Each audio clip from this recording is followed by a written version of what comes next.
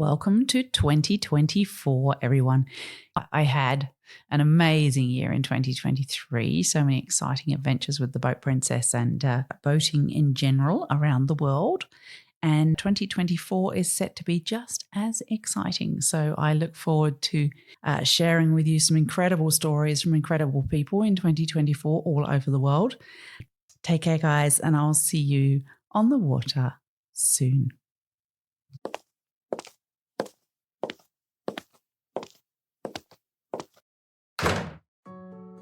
Hi, and welcome to the Boat Princess podcast. My name is Nikki Vo, and I'm your host. I am a boat owner, a marina owner, a director on the Marina Industries Association, and a huge advocate for boating. In this series, I'm sharing the stories from every nook of the boating industry with the intention of encouraging more women to join me and for more women to get behind the helm too. I want to share the experience and opportunities of boating, of the boating industry, and I want you to join me as I bring the conversations and answer all the questions you've had. Boating is not just for the glamorous and rich and famous. It's full of beautiful and interesting people making the most of our natural environment and getting out there, enjoying the waterways. So let's let off the lines, take over the helm, and escape to the world of boating.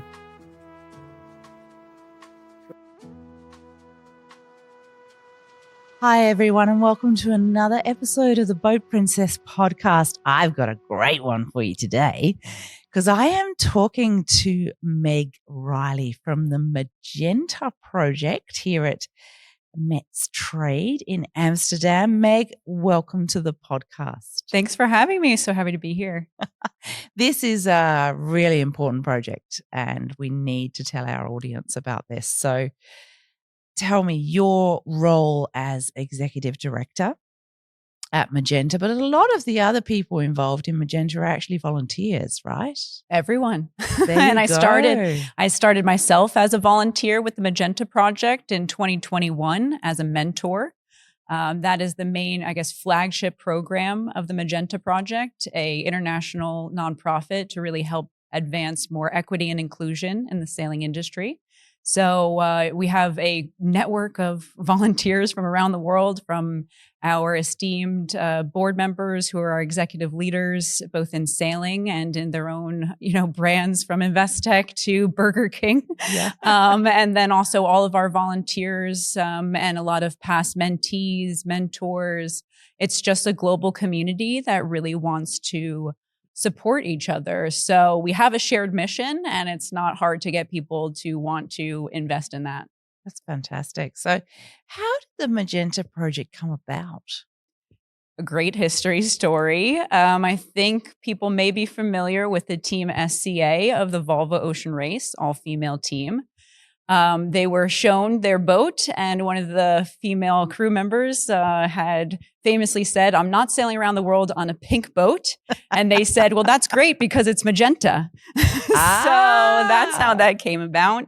I think it's really about also women redefining femininity, our space within a co-ed sport. And so I think magenta is a color that it's not pink, it's powerful. It's the Pantone color of the year, which embraces innovation and, just people who are changing the context and color of our world. And I think it's a really appropriate color to build that entire idea around, really. And who actually started it?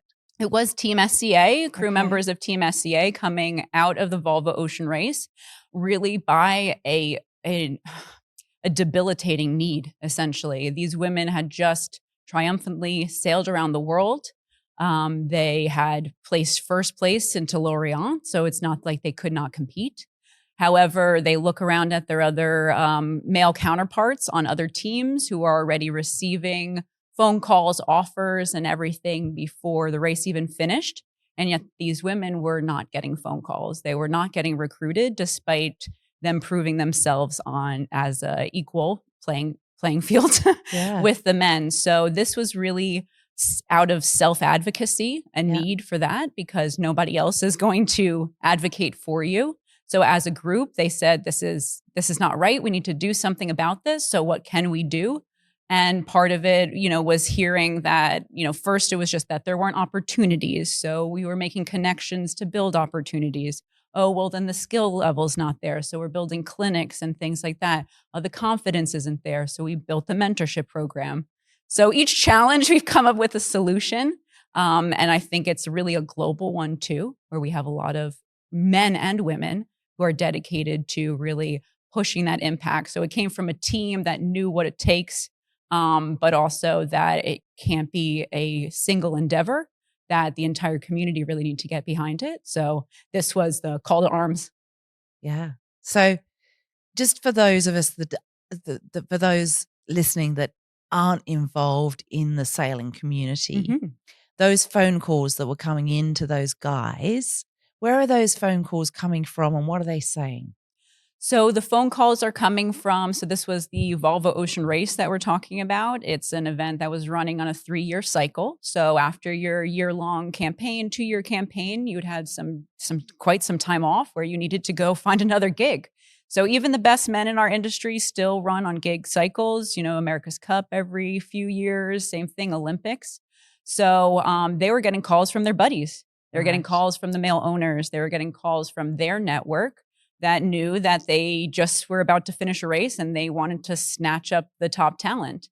Unfortunately, the owners or whoever weren't seeing it the same way to then call these women, or maybe they just didn't even have them in their phone books. Yeah. The connections weren't made. An all-female team then can also be isolating where you don't have those connections. So we're definitely pushing for co-ed teams to connect women, to not separate them, and so that we can really help elevate talent and have everybody invested in the responsibility too, that it's not just the women, that it's the men that need to want to invest in training and providing opportunities, because we know that we've had centuries of, being behind and we have a lot of time to make up for. Yeah. Yeah.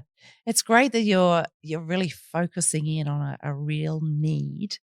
And how are you focusing in on that? What does Magenta Project actually do? So our flagship program is the mentoring program. That is a 9-month scheme. It's been running since 2018. It's gone through many evolutions and expansions as we continue to, first it was just for women in professional sailing, so racers.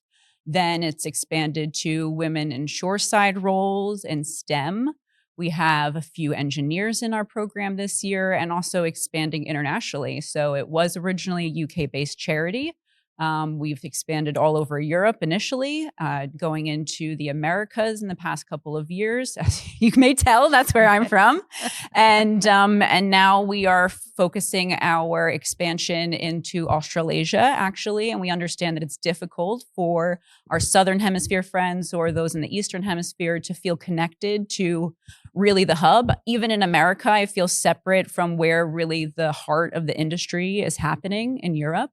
So that by having a global network, we can really connect everybody together.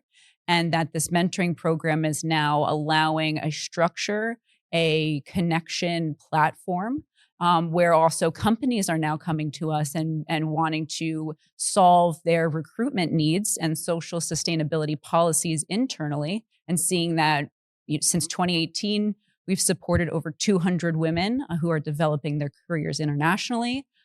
This year, we have 2 women from Japan, which is a new market expansion. Out of 35 women, 2 being from Japan is fantastic. So we want to encourage people. We have a woman from South Africa this year, so now looking into African expansion. So it's a truly global program. And anywhere you go at these international events, we have a Magenta meetup right after this, and you can find us there. And I think that visibility, the community to know that, these women who may feel in their isolated communities alone, that they actually aren't. And there's an entire community out there that want to support them. So it's not only female diversity, it's cultural diversity. Absolutely. All over the world as well. That's fantastic. Well, I think really women are the gateway to diversity. And I think if we can figure out how to make women who are not minorities, but are treated like them. If we can figure out how to make women feel welcome in male-dominated spaces, And we know sailing is not only male dominated, but white male dominated, rich white male dominated. And so there are different things that we're doing to help break down also that brand identity of sailing, that it can be an inclusive sport. However, that comes through media. So like your podcast, it's great to have female voices, within the marine industry.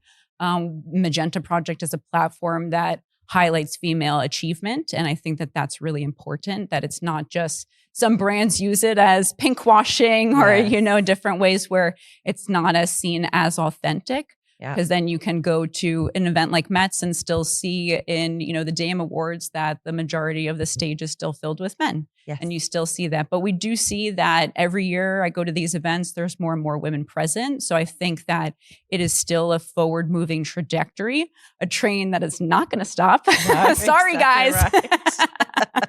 We're picking up momentum. But the great thing is that there are many men who are joining us, who see this as equally their responsibility in space. And the more that they have women on board, they realize what was missing, and that, wow, women actually not only can equally be part of our team, but our team is now that something else with a female member. And even more so as you continue to reach those equity levels, to have that representation. Teams act more like families, teams act more empathetically. And this is not exclusive to sailboats either. You see it in any kind of industry where if there are more female leaders, you tend to have a more empathic organization. Absolutely. And more profitable if you put one on your board. There you go. So those are true metrics. True metrics. So in terms of, that's the mentoring program you do. I think there's something else you do at the Magenta Project as well, isn't there? Tell me about that. So we have quite a few other things that we do. We do clinics, workshops, and advocacy work. So clinics and workshops fulfill our talent development side of our mission and program.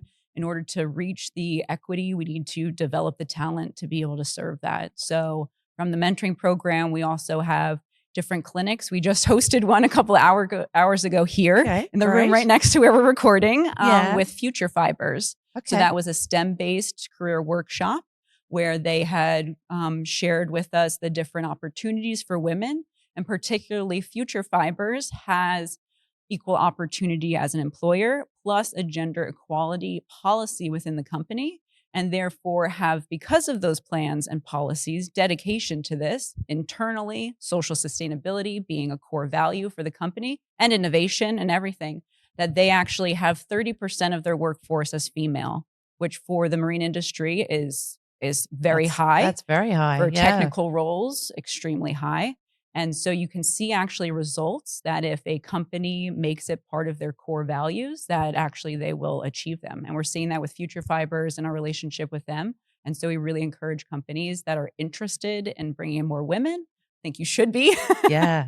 See what you're missing, really. Yes. When you know what you're missing too, if you do have female members, and I know that the recruitment issues are there in terms of accessibility, confidence, training, and we're working really hard to break down those barriers, but also encouraging companies to come to the Magenta Project to discuss these needs, because they don't often have the expertise. The policies are written by men. How can you fit that into, that different way of thinking if you don't think that way? Yeah, absolutely. And, there is a saying that what you focus on grows. So if they've actually put some policies together and they're actually focusing on that space, it will automatically happen. Absolutely. That's just fantastic. I don't think we should set, minimum quotas and all those sorts of things. I think that just having policy and focus to say, no, this is what we'd like to do. Always recruiting based on skill and ability of a human, not whether they're male or female, but of a human. And then just focusing on that and actually having policies in place, actually being ready for those female workers is a massive way to actually move everything forward within all industry, isn't it? Mm-hmm. So that's really exciting. Yeah, that's great. So let's go back a little bit about you. Okay. Clearly you are a person that has a real passion for sailing and an ability in sailing. Let's go back to where that really started? Was it in your childhood? Was it in your... Oh, we're going way Yeah, back. yeah. We're right. We have time for this. Yeah, absolutely. Tell us So all about it. I guess I could blame my father starting. I grew up, he was in the Navy, not because he was a patriot, but because he read an advertisement that said, see the world, join the Navy. Okay. And so he did. In his 20s, I came across a similar advertisement in my 20s, which was the Clipper Round the World race that said, no experience required and go sail around the world. Oh my goodness. So for me, and that was 10 years ago. Okay. 10 years right now, I had just probably taken off to go to do the Southern Ocean from That was your Cape Town, South first Africa. experience of sailing? Okay, so yes. Oh my goodness. That's I grew up on a powerboat in the Jersey Shore. So definitely, and my dad was in maritime engineering, safety projects, rebuilt the levees after Hurricane Katrina. So I always grew up around the water, had an appreciation, wanted to be a marine biologist as a child until I took biology in high school. And I was like, I do not want to. No, I don't want to memorize cell walls. I wanted to go play with dolphins. I had a business degree. I studied international business and Japanese in my universities. So no, I was not expecting to go be in sailing a sailor. I was working at Young and Rubicam, a global advertising agency in New York City. I got my dream job. It's the job I wanted. And then I was like, this is it? Oh, okay, this is it. And so I saw my trajectory. If I wanted to go anywhere in the company, head down 10 years, maybe some growth. I came in at a high level, serving within the executive team in corporate communication. So I wasn't executive serving the executives, but next step up was executive, and I was nowhere near getting that. So come in 9 to 5, do what you need to do, and maybe you'll get there. That wasn't a great offer for an ambitious person like me in the sense of I need growth. I need something to drive me forward, not just sit and be a cog. So it came across my desk. Part of my job was to go through the industry news every day and put out a newsletter to our 10,000 employees around the world. And so that day just decided to check CNN. I'm going to give Shirley Robertson a shout out too. She did CNN Mainsail. They had a whole article then about the Clipper Around the World race. Okay. The headline was people who leave their day job to sail around the world. I clicked it. It couldn't load fast enough, the page. My heart was in my throat. I had such an emotional reaction to reading this. I'm even getting a little emotional now. It was one of those moments where it was like, pay attention to this. Yes. Because it changed my whole life trajectory. It was almost like your angels tapping on your shoulder and saying, hey, you need to do this. Oh, like, trust your gut. My gut was like punching me in the face. It's like, if you don't have butterflies, if you can't tell that reading an article is just giving you this absolutely emotional reaction, keep going. And so I didn't watch any videos. I didn't want to convince myself I couldn't do it. The article said, no experience required. We train you, you do all this. So I'm like, I'm doing it. I didn't want anyone to tell me no, even myself. Yeah. I didn't tell my parents. I didn't tell anybody I applied. Wow. I did the application. I had an interview, and I wasn't expecting to get the offer at the end of the phone call we think you'd be a great person to be on the Round the World race. Caveat, $60,000 price tag on the head. I had just finished school, still had student loans, was not making anywhere near that. But that was not going to, I knew what the price tag was. It was strategically hidden at the end of the article. I did read the whole article. I knew what I was applying for. But again, I did not want anything to prevent me or say, no, I can't do this. I just knew I had to. So I started pitching companies, and I was almost about to give up. And then finally I found one that we had good alignment. I pitched them on sports connection in terms of cultural connections, global connections. They were a new budding sport company.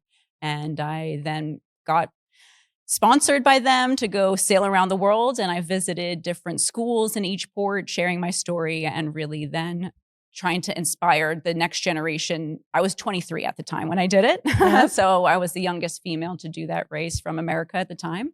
And then after all of that, we won. my team won. No way. Yeah. So we won out of 12 boats, which was amazing.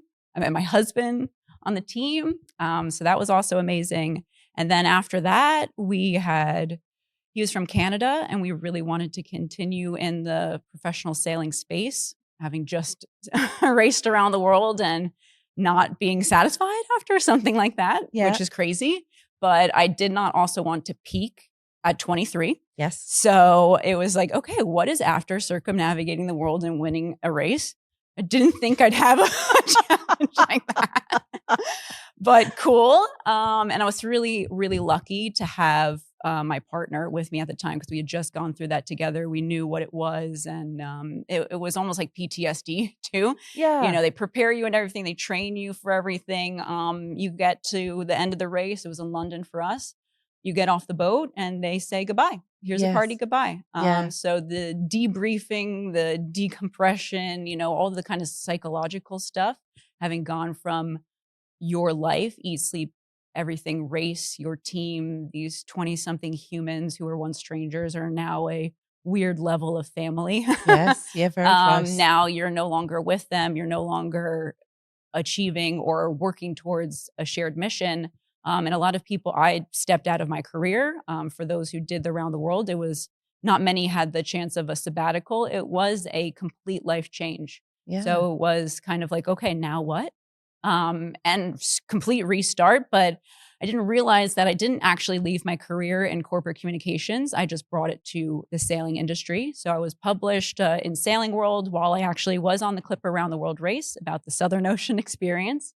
And then I took that, and my husband and our skipper from the Clipper race, we established a offshore development program in Canada, which we then later expanded into Ocean Racers, which is a international training and development program. And that's still going, isn't it? That is still going now. Yep. I took a pause for a year to work on the Magenta Project. Also, I'm currently doing my MBA online right now. Of course you are. I just had class until 1:30 in the morning last night.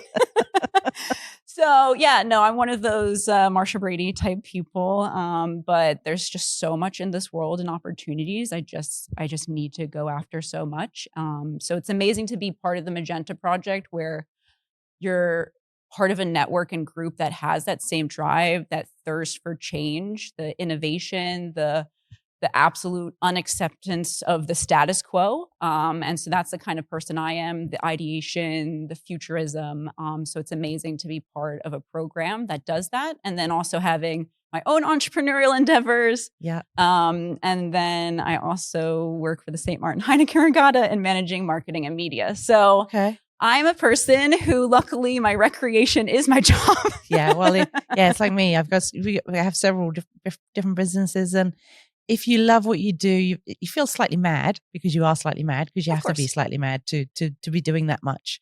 But you love it, so you don't mind doing it. So you just get on with it, right? Absolutely. Yeah. So I just want to unpack a few things in that. There was a lot in there, because okay, first, Shirley Robertson, you mentioned. What an incredible woman she is. We have interviewed her on this podcast. So if anyone hasn't heard that one, please go back and have a listen to Shirley, because she is an incredible, high achieving sailor, 2 gold medals in a row, which is just massive. But also an incredible communicator with her abilities with CNN and her now. I mean, I've seen her as an MC at the World Mariners Conference, and she's so prepared. Oh my goodness. She's an incredible, very high detail person that really does everything to the absolute best she can. She's really inspiring to listen to. So we'll just point that out while we're here. For sure. And then your moment of talking about coming back, having circumnavigated the world and suddenly feeling a bit sort of, ooh, that reminds me of my interview with Kay Cotty and how she came back into Sydney Harbour and literally wanted to turn around and go back out again. She did not want to get off that yacht. And I think that is a really interesting area where perhaps we need a bit more work done for these major events that women do and men do, that it kind of changes their world in a way, and they come back to normality, and it's a bit of a shock, really, isn't it? Absolutely. Yeah. I think we all experienced this after COVID, right? Yeah. We all went through this crisis together as a global community, and we never were told when the end was. We never were debriefed on it. We never came together and be like, that ended. This is what happened. This is what we're taking from it. And this is what we're taking forward. I think that that's probably one of the biggest disservices right now, is because the entire world is that sailor coming off a boat, just completely perplexed, trying to figure out, what are we doing now in this new world? It's a world that I left, and we were all on a boat during COVID, and we all came back to port, and it looks different. Yeah. And so what are we doing here now? And I think that that's what's missing. Any corporation that would have gone through a crisis like that would have had serious debriefing, everything. So I think as a society, that's kind of what's missing. And then from a sailor perspective, an individual level, the debriefing, it's the same thing. Every time we come back after a race, it's super important to spend that time to do that, because it closes it too. It allows you to, any emotions and things that are part of that, you can put a bookend to it and hopefully not carry it forward.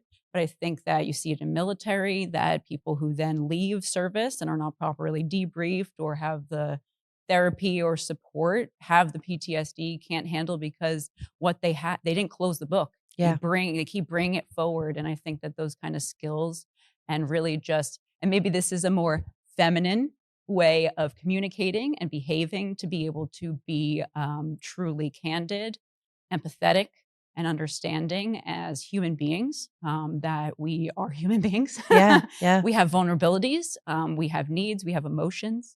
And I think that sometimes people are a little afraid because women are more comfortable with sharing, and Yes. men are on the opposite side of the spectrum and Absolutely. not. So how can we all come together to be able to find a happy balance where we can go through these crises together, to come back and reacclimate back to land life or whatever it may be, and take that forward in a positive way. You've actually raised a really, really interesting point there, because and for men it's very generational as well, because the older men were told, you can't cry, you can't talk about things, you Because that's not masculine. You certainly can't admit you've got a mental issue, all those sorts of things. And I think the younger generation can be a bit harsh on them sometimes in terms of judging that, when in reality it's been drilled into them so hard. Right. Stoicism. They have no way of tapping into what the younger generation know as being okay to talk about. So that's a really interesting point there. I've never thought about the whole COVID thing like that either. That's a really interesting way of looking at it, because you think about those young people who started a job and then a week later they were working at home, and they've never spent a decent amount of time in the office, so they don't really understand what that social interaction is, what it's like to work as a team like that, and so on and so forth. I've never really thought about how that's probably a fear-based thing, that they're quite comfortable at home. They've got used to it, and because a lot of corporations are having trouble getting people back into the office. Absolutely. So it's, and a lot of that may actually be fear-based. Absolutely. I think from both sides too. It's that there's a group that wants to go back to the way things were, and that's not possible. We don't work that way anymore. We are more flexible. We are more wellness and well-being focused. So burnout and those kind of mental health, physical health, emotional health are now very prevalent to us, because we spent an entire year plus as a society focusing only on health and wellness. Yeah. So it's a very interesting shift to kind of see that. But from both sides, there's one side that wants to go back to the way things were, and there's another side that doesn't. I personally am very happy that remote work is now considered a viable business option, because I've been trying to work remotely for a decade and convince other companies that wanted to have someone in the office, that me being a global minded, flexible individual is actually an asset, not a liability, but remote work is also not for everybody. Yeah. So how do you take that forward, and how do we have these conversations? It's trust, it's individual, it's structure that some need, it's the flexibility that others need. But also even just going back to, women in the workplace, the flexibility that has been instilled since COVID, the understanding that, hi, I have a sick child at home and I can't come to work. Previously, you could have gotten fired, XYZ, gossiped about in the office over that. Now you're admired for it. And so, or going to your kids' soccer games, those things that, people used to miss for their own advancement.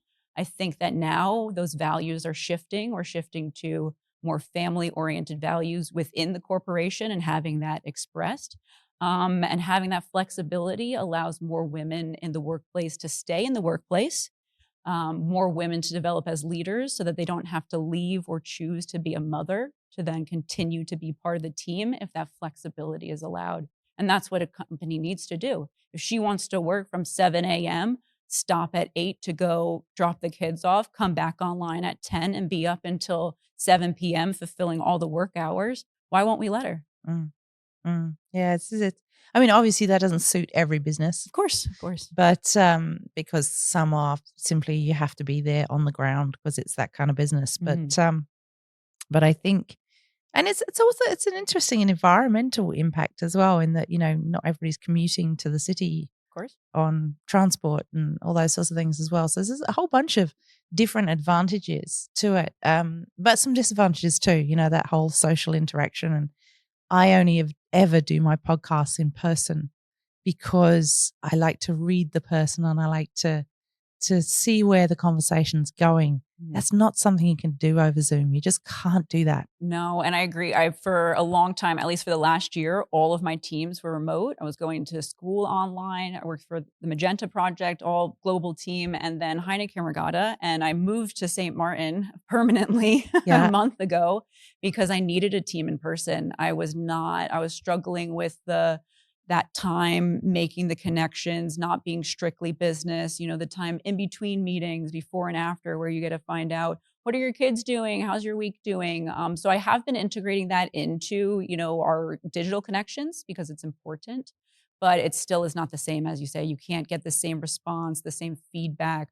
I'm a big body language person, so that is almost impossible on Zoom. I feel like I'm hawking a bunch of boxes and, being like, okay, who's shifting uncomfortably? Who's ready to speak? Should I allow them to speak? They don't want to speak up. They've been waiting to say something. They're, that shift in your chair when I know, I'm like, okay, they want to say something. Yeah. So, but it's actually the cats just crawled across the lap. Exactly.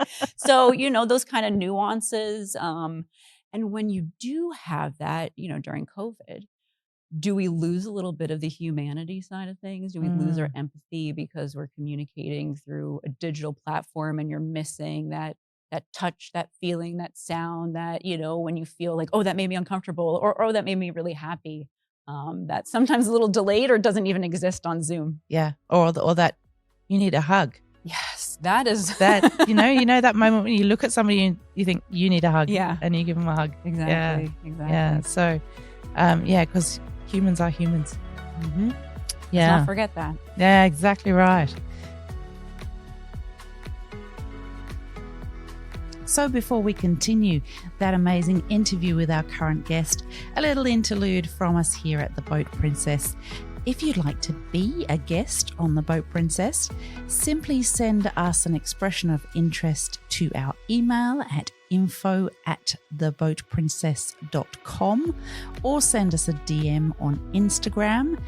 We are The Boat Princess on Instagram, and we'll send you our media kit and details as to how we work. The podcast is incredibly popular worldwide, and there is nothing like getting 45 minutes or so of somebody's ears entirely dedicated to what you're trying to achieve, or perhaps what your company is trying to achieve. So we look forward to hearing from you. So you've done the round the world. Mm-hmm. I can't believe that's your first experience in sailing, but anyway. I went on a sailboat with a glass of wine, but I didn't touch any lines or anything. So most of us go sailing with Dad in a GP14. Yeah. Well, that's what I would do. No, my first boat was a 70-footer. It keeps getting smaller though, so I'm definitely the opposite of the Opti track. But it just proves there's many pathways into the sport. Exactly right. So that you've done that. What's next? That's the greatest question.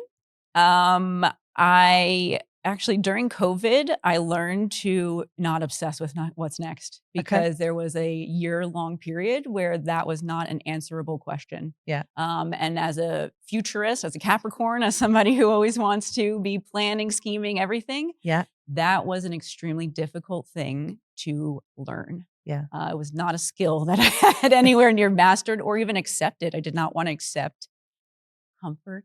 Yeah. The stagnation. Yes. That to me was that's how you grow dust. Yes. Yeah. So yeah, that was a challenge. But now I really enjoy now. Yeah. It's amazing what the Magenta Project is doing right now. But the future, there's a big future for the Magenta Project in developing and really bringing on more industry leaders and getting them involved in this cause, because we need that. Yeah. So that's the next big step for me over the next a year or so, to be bringing in industry partners. Also bringing these solutions into the corporate world. So I went from corporate world to sailing, and wow, I want to go back to corporate. Yeah. Because I found that the parallels between on board and the boardroom are incredible. Right. A co-ed professional sport, one of the only at this global level. There's a lot to learn and a lot to take from team dynamics, feminine versus masculine leadership. I have a leadership quality. I've taken tests before to understand what is my style. My style is command leadership, which works amazing on a boat, but doesn't work the best with all different types of cultures, and cultural understandings or preferences. So the command leadership style that is uniquely me works in certain contexts and sometimes gets me in trouble as a young female, where some other, generations or whoever may not love to receive that from somebody they don't expect to, or haven't been conditioned to receive that style. So for me, it's all, self-reflection. I've done a lot of leadership development. So I think the personal journey for me to be able to see that, how I work with different cultures, from volunteers, employees, crew who join my boat, who I recruit to, sail with me. Hey, you're a stranger. I'm on a phone call now with you, and I'm about to say whether or not I want you on my boat for a week. Yeah. This far away from my face, cooking and hosting you in my home. Yes. So that's something that, understanding the recruitment process, the team building, team ethos, and that parallel to corporate ethos.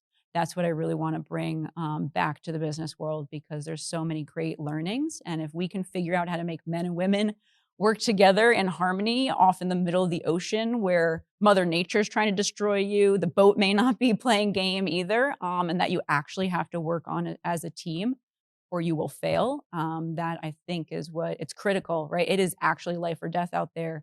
And having then also coming off watch and putting your life in someone else's hands, and that trust that you have with your crew.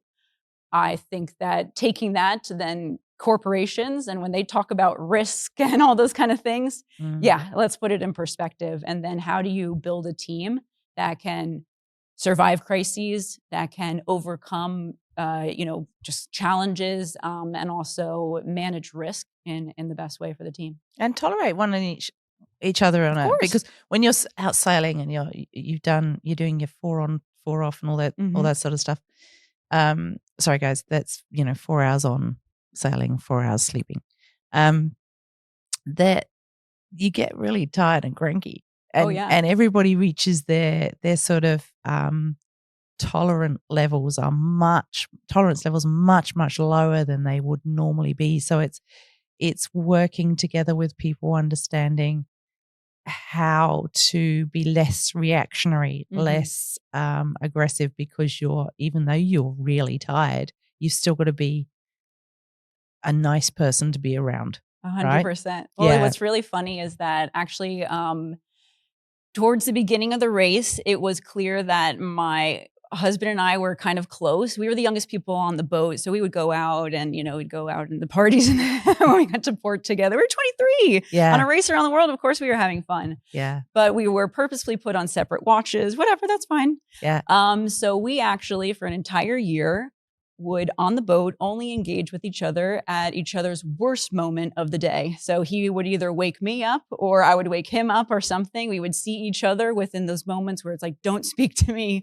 I am at my worst. And that's how we would engage with each other in the sense that, and people ask, oh, how do you run a business together and live on a boat? Well, our relationship started with understanding each other in our worst moments. Yeah. And that's, and we also had on our team the 4 agreements. And that was, basically understanding that, you always bring your best and that sometimes your best is going to be different day to day. And also understanding that somebody else's best will be different day to day. Yeah. And I think that, just having that experience was really eye-opening too. Yeah. Yeah. Because you see your crew members in the worst of it.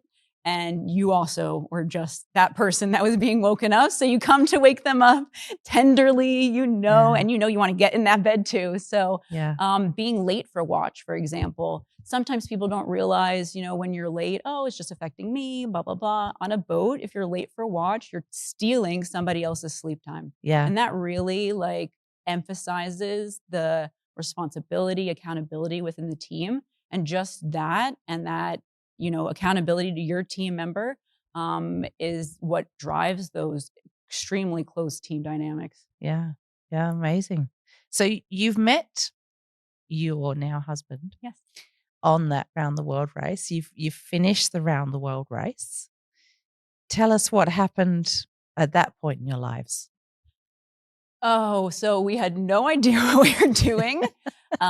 We decided to travel a little bit. We went actually, we wanted a pogo, and that was in 2014 where we finished the race. Just explain what a pogo is. Pogo 12.5. It is a French-made beautiful boat. It is a monohull, 40 foot with a 15-foot beam. It looks like it's like a class 40, is the same hull mold, but with a cruising interior, so we could live on it. And we really loved that boat in terms of just what we heard about it and knowing it could be double-handed. We can go do our own thing. We didn't know exactly what our own thing was. We had many ideas. So we just went and test drove the boat and fell in love with it. And then 2 years later, we ended up buying one. So it was kind of like, planting the seed, but trusting the universe. And in between, we ran an IMOCA program. And that was another thing that was just, the universe will provide you with all the opportunities you deserve. It's really your responsibility to seize them. So that's what it was for us, is that we had an amazing opportunity through connections in Canada, that there was this Canadian-built IMOCA that was available and needed help to resurrect and bring her back to the other side of coast to coast from Canada. And we put a team together, raised funds. We were the only Canadian team at the time to do that. And it was all youth-based program. And that for us has really we created something. It's like the Magenta Project. We created something for ourselves and our need, and that we saw it was really not a lot of next generation. So our whole thing was youth development, and then seeing that need and how we could fulfill it, seeing Clipper as a training platform, but being one of the few ones. And so we kind of took that model and optimized it to the platform we wanted to offer, took it from Canada, then to, the IMOCA 60, we were trying to do this, raising funds, executive crew, and it was not a good training platform because of the costs associated and how high performance and the aging boat. Then we went to the Pogo 12.5. So, sometimes the model may not work because it might not be the right platform. It might not be the right time. It might not be the right message. So there's many times where I've failed at one thing and have come back around. The university I'm at right now rejected me 15 years ago in undergraduate, but I applied again and I got in. So, you can still achieve your goals if you think that they're worthy enough to continue to revisit. Yeah, love that. So the Pogo, you have the Pogo? Yes. You're living on it? as well as I lived on it for 6-7 years through COVID, actually. Spent lockdown in St. Martin, which may sound like a dream if your business is in sports, travel, and events, which then were all canceled for an indeterminate amount of time. It ended up being over a year for us. And for me and my husband, we were both wrapped up in the same business. So there's no diversification. Our business got shut down within a notification that went out globally. And that was a week. It was a week after Heineken Regatta. And it was a week and a half before the BVI Spring Regatta, where I had crew that were supposed to be coming in and money spent. So yeah, it was tough. It was tough, but then that was an experience where there was nothing I could do. It did not matter how hard I tried or whatever. It was literally just circumstances that were unchangeable. And so then there's a level of acceptance and then trying to figure out, okay, do you just accept and wait, or do you accept and pivot, accept and try something else? So there's a lot of that. A lot of all the above. So did you pivot? I think, I pivoted with just my attention in terms of, wow, okay, we had a lot of growth. We had a couple of setbacks in the business initially. Our first season running in the Caribbean was post-Irma.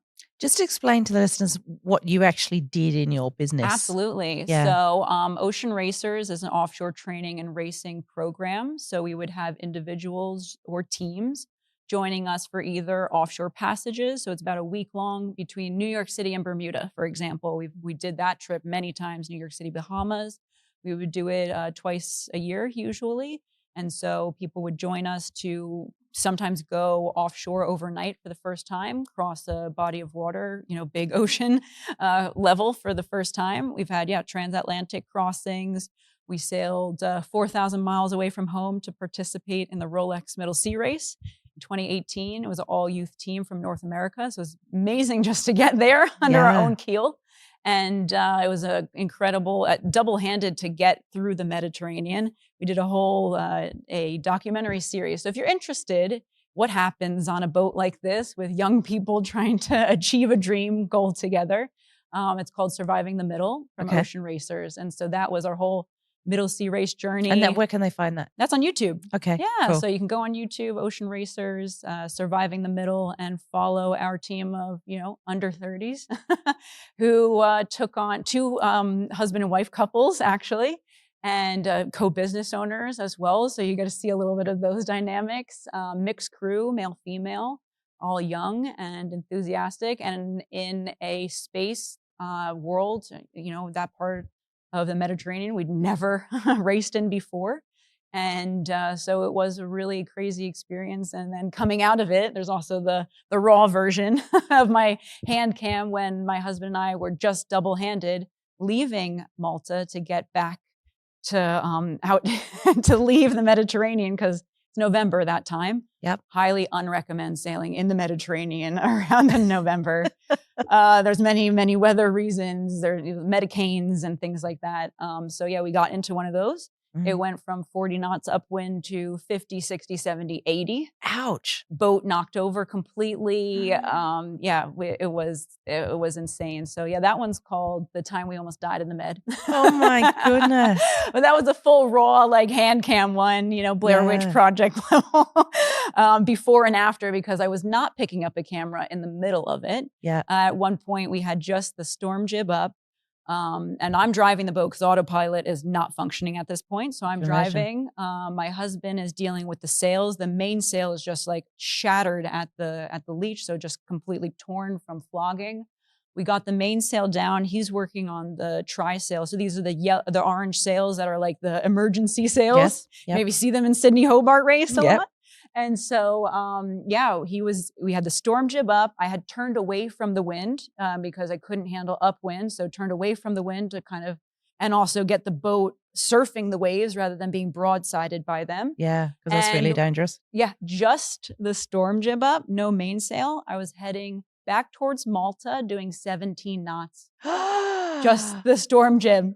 Wow. You wouldn't expect a boat of that size to be capable Because of she was that speed. surfing so hard, and I was just she's a But flat she shouldn't bottom. be. So In the law of physics, she shouldn't be able to go that fast, right? she does go that fast when, Yeah. we have full sail plan. Okay. I've done, over 20 knots in the boat, just like, crushing it. Amazing. I was Yep. not trying to. I was actually like Yeah. heading the boat like a horse, like, Yeah. whoa, girl, I could not slow this boat down. We tried to have no sails up, essentially. We just had a storm jib up. But yeah, being surfing and being put on those waves. And my objective was just put the boat on the wave correctly and Yes. surf it and just Yeah. make sure that I maintain the pressure in the jib so that I don't lose the momentum. Yes. And yeah, that was 17 knots back towards Malta. And I'm like, please, I just want to get out of the med.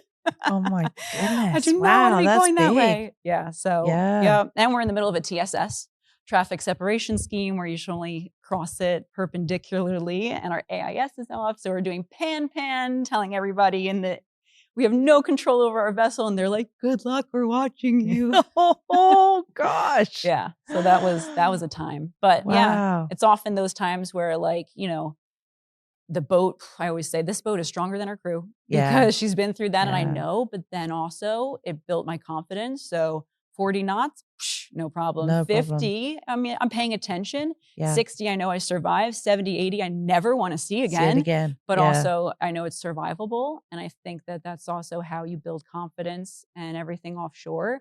Your oh shit meter just continues to raise.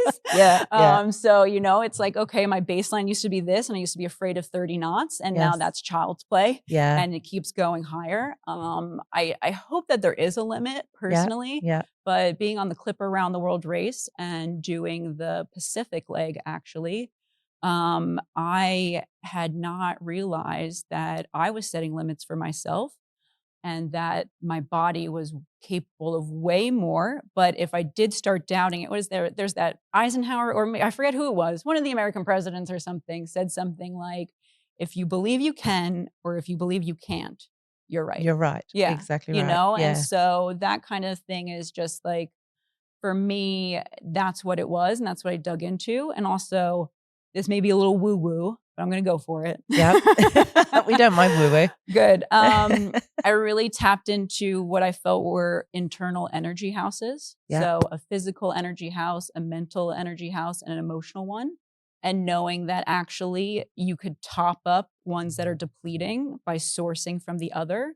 So if you are physically depleted, your mental and emotional strength can top up that physical energy house, and vice versa. You can also deplete it. So if you mentally think that you're exhausted, you will start feeling that way too. Absolutely. So, it's very interesting to kind of like, I actually was thinking internally, what is my fuel meter in each of these different houses, and checking in and seeing which one needed a top up, and then how I could take from one to the other and share some. Yeah. Because often our bodies physically give up, but if mentally we're strong, we can keep it going. So yeah, that's what athletes do all the time. Absolutely. Right? All the time. Yeah. So, okay. So you've had some pretty amazing sailing experiences. When you talk about the business, crews coming on board, so do they pay to come on board, or Yes. do you get sponsored, or how does that work? So it is I wouldn't say for-profit business. Yeah. I would always say it supports a lifestyle. Yeah. So I wouldn't recommend anyone getting into charter businesses for profit. Yeah. But it supports the boat. And now also it's a critical point, right? So Yeah. once we've paid off the boat, then we can get to the point of generating some more revenue and everything. But yeah, people join us for a week. And when I'm doing my recruitment calls, when people apply, usually spend an hour asking them what their sailing goals are. Because whether they're going to be okay without a hairdryer for a week. These are the kind of things that, what kind of expedition type of things have you done? Because it's like extreme chartering, isn't Absolutely. it? Yeah, Absolutely. yeah. For especially our big trips from New York to either Bermuda or Bahamas, we cross the Gulf Stream. And I don't think people really understand what that means. Yeah. It is a nasty, unforgiving piece. I've crossed it probably 15 times now. It feels like each time is different. wind over current is the worst forecast you can get. I've had square waves, I've had rogue waves, I've had, absolutely insane, or motoring across, which is like what you always hope for. So yeah, I think that it's putting people in experiences that they wouldn't put through themselves, to gain that confidence so that they can then maybe do it. So we have plenty of boat owners who join us who are like, I have a boat. I want to actually go sailing, get down to the Caribbean. Yeah. But I've only ever gone through the Long Island Sound, or I've only ever gone as far as Florida. So what am I doing? And I think it's really about experiencing it for yourself to then see you don't know what you don't know. Yeah. So then when you start to know, okay, now I know what I don't know, and how can I build that and supplement or train or whatever. And that's really what we offer. And it's kind of like a point along that pathway. But also going back to understanding people's goals, what their personal goals are. A lot of times we do races. I cannot guarantee, it's very difficult to get a group full of strangers who have 1-2 days of training to be a high performance winning team. Of course. My boat also, there's handicap ratings. It's not, it's not a rule breaker or, rating designed for the ratings. So I have to manage expectations too. And the best thing for me, because a lot of people, sailing or racing is about winning. I need to make sure that the people who join my boat, that is not their primary goal. And if it is, then I explain to them that that's not what I can deliver on. But what I can deliver on is the training, the experience, and everything. And so for, that's where I think even companies really need to dive into that, because there are corporate goals, profits, metrics, whatever. But there are individual team members with individual motivations. And if you don't know what those are, you don't know how to serve that team member. You don't know how that team member then serves the team mission if it's not in alignment with the company mission. And so I think and what kind of my next steps is, how do I take that process that I went through of making complete strangers functioning team members? How do I create that team environment before they even step on board the boat, through communications, through messaging, positioning, everything, the actual getting them onboarded, that onboarding idea, it's getting on board. The same thing with companies. So I'm actually working on a book right now entitled that, to get on board, and working through the parallels between team building on board a race boat and what companies can learn from that. Absolutely, because it literally is called onboarding. Exactly. Yeah. You took it from us. Yeah. Or showing them the ropes. Right? Exactly. Showing them the ropes. Mm-hmm. Yeah. I mean, I think sailing is an incredible thing for kids to do. I went to an event at the Cruising Yacht Club of Australia before we traveled over to Europe just a couple of months ago. And when we came in, there were 12 boats and all these young people that were actually competing to be in the America's Cup and the Youth Challenge and the Females Challenge in the America's Cup. It was a camp for that. And they all came in and they were all clearing up the boats, putting them away, putting the sails away. And I looked at all these young people taking responsibility and tidying something up and thought, oh, wow, we should have every teenager sailing. Right? Exactly. Because it's fundamentals, taking care of things, making sure that everything's done correctly, and responsibility for your teammates, that the boat's ready for the next one. Absolutely. So I think there's so much in sailing, and I think we really need to push sailing as something that kids should do, because it teaches them so much. Absolutely. Just so much. But even I think also back to corporations too, I've seen corporate team building on sailboats, and it's amazing because you have CEOs being humbled or working alongside their lower level employees. It's a matter of understanding systems too, and how everyone functions and has a role. But if that one role can't fulfill, then the job can't be completed. Yeah. The evolution cannot be gone through. Yeah. And so it's really important to understand not only that, but a respect for every role on the boat, that you can't do everything either. Yeah. That offshore especially, that skippers need to sleep. Yeah. That CEOs need to allow their CEOs need to sleep. They need to Yeah. allow their employees to have the accountability, the empowerment to be able to also keep the ship running. And I think that there are, a lot of things that from kids to adults Yeah. can humbly learn from being on a boat with other people in nature. Including resilience. Absolutely. Big level of resilience. Yeah. So this has been a fascinating conversation. Amazing. Thank you so much for being on the podcast. We have done a whole 56 minutes. Amazing. So we better finish up and let our amazing listeners get back to what they normally do. I've had some fantastic feedback from our listeners recently. They really enjoy the podcast, and I certainly enjoy putting it together. And I absolutely adore meeting people like yourself who've got such great stories to tell. And the Magenta Project is something that everybody needs to know about, especially women. And I guess we need to tell them, therefore, where can they find you? Absolutely. So I hope you can find us at some international events, but we'll always let you know. You can follow us at the Magenta Proj. Yeah. themagentaproject.org. So we are on Facebook, Instagram, LinkedIn, and we have Facebook groups. We have WhatsApp groups to connect women who are interested in different things. Our mentoring program is annual. We're currently in the second month of our 6th cycle.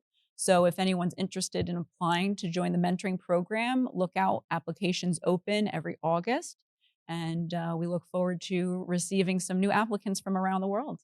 And what help does Magenta Project need at this point?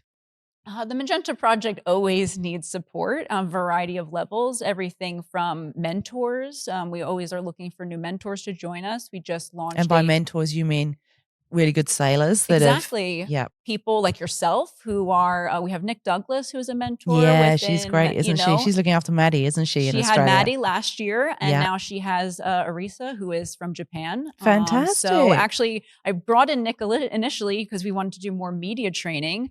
But Nick is one of those great connectors, and a lot of these women just need that. So both of her mentees have been based in Sydney, and she's done an incredible job. She's making an amazing bundle of energy, Nick, absolutely. too, isn't she? She's an advocate. She's, an ambassador. She is there, and the guys love her, the girls love her, and those are the kind of more people and personalities that we need to put out there, and making, everybody feel comfortable with each other. And so, I think that that's like a really big thing in getting for more mentors. If you are an expert within the maritime industry, we may not have a mentee for you this year, but we put you in the database, or we reach out. We have clinics, workshops, webinars. We bring in experts all the time. We're looking for corporate partners, and that can be from the industry level who want to support our programs like the 69F foiling team that just recently launched, to our mentoring program, any of these clinics. We do panel discussions. We did a whole series for the Around the Ocean Race. And then, donors, of course. Yes, of course. We do a lot based on, people donating their time. So we always welcome that. But funds are always critical and very appreciated. And we are very grateful for the funds we have received from private endowments. To just recently, we got the Dame Charity of the Year Award here at Mets. Which that was great, wasn't it? So amazing. And less than 24 hours earlier, we received the 11th Hour Sustainability Award at World Sailing. So fantastic. These are moments where it's like, hey, the industry is now paying attention. So if you're listening, if you're interested, please get in touch. Contact at magentaproject.org. is the first, I'm the gatekeeper. So I'll pass you along to whoever if you're interested. And we welcome everyone to join this global community and shared mission. Thank you so much, Meg. So great to have you on the podcast. Really appreciate your time. Thanks. You can advertise your business right here on the Boat Princess podcast. We have a targeted audience of boaters and those in the boating industry that you can talk to through our advertising, in between interviews, or perhaps throughout the season as a message in our intros and outros. So if you'd like to get involved in getting your business advertised on the Boat Princess podcast, which has a worldwide audience, of around 31,000 listeners a month, then we'd love to hear from you. Contact us on info@theboatprincess.com. We offer packages from one announcement on one podcast right up to the entire season. I look forward to sharing a message about your amazing business to our audience. If you'd like to support us in a small way, the best way you can do that is by reviewing the podcast, or if you go to my website, theboatprincess.com, and click on support the podcast, you'll be able to buy me a coffee, and that will help this passion project be funded for just a while longer. Thank you so much for listening to another episode of the Boat Princess podcast.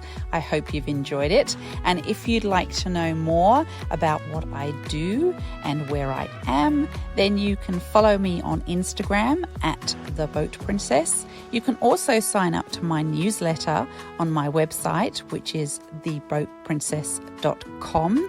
Take care of yourselves, everyone, and hopefully we'll see you on the water soon.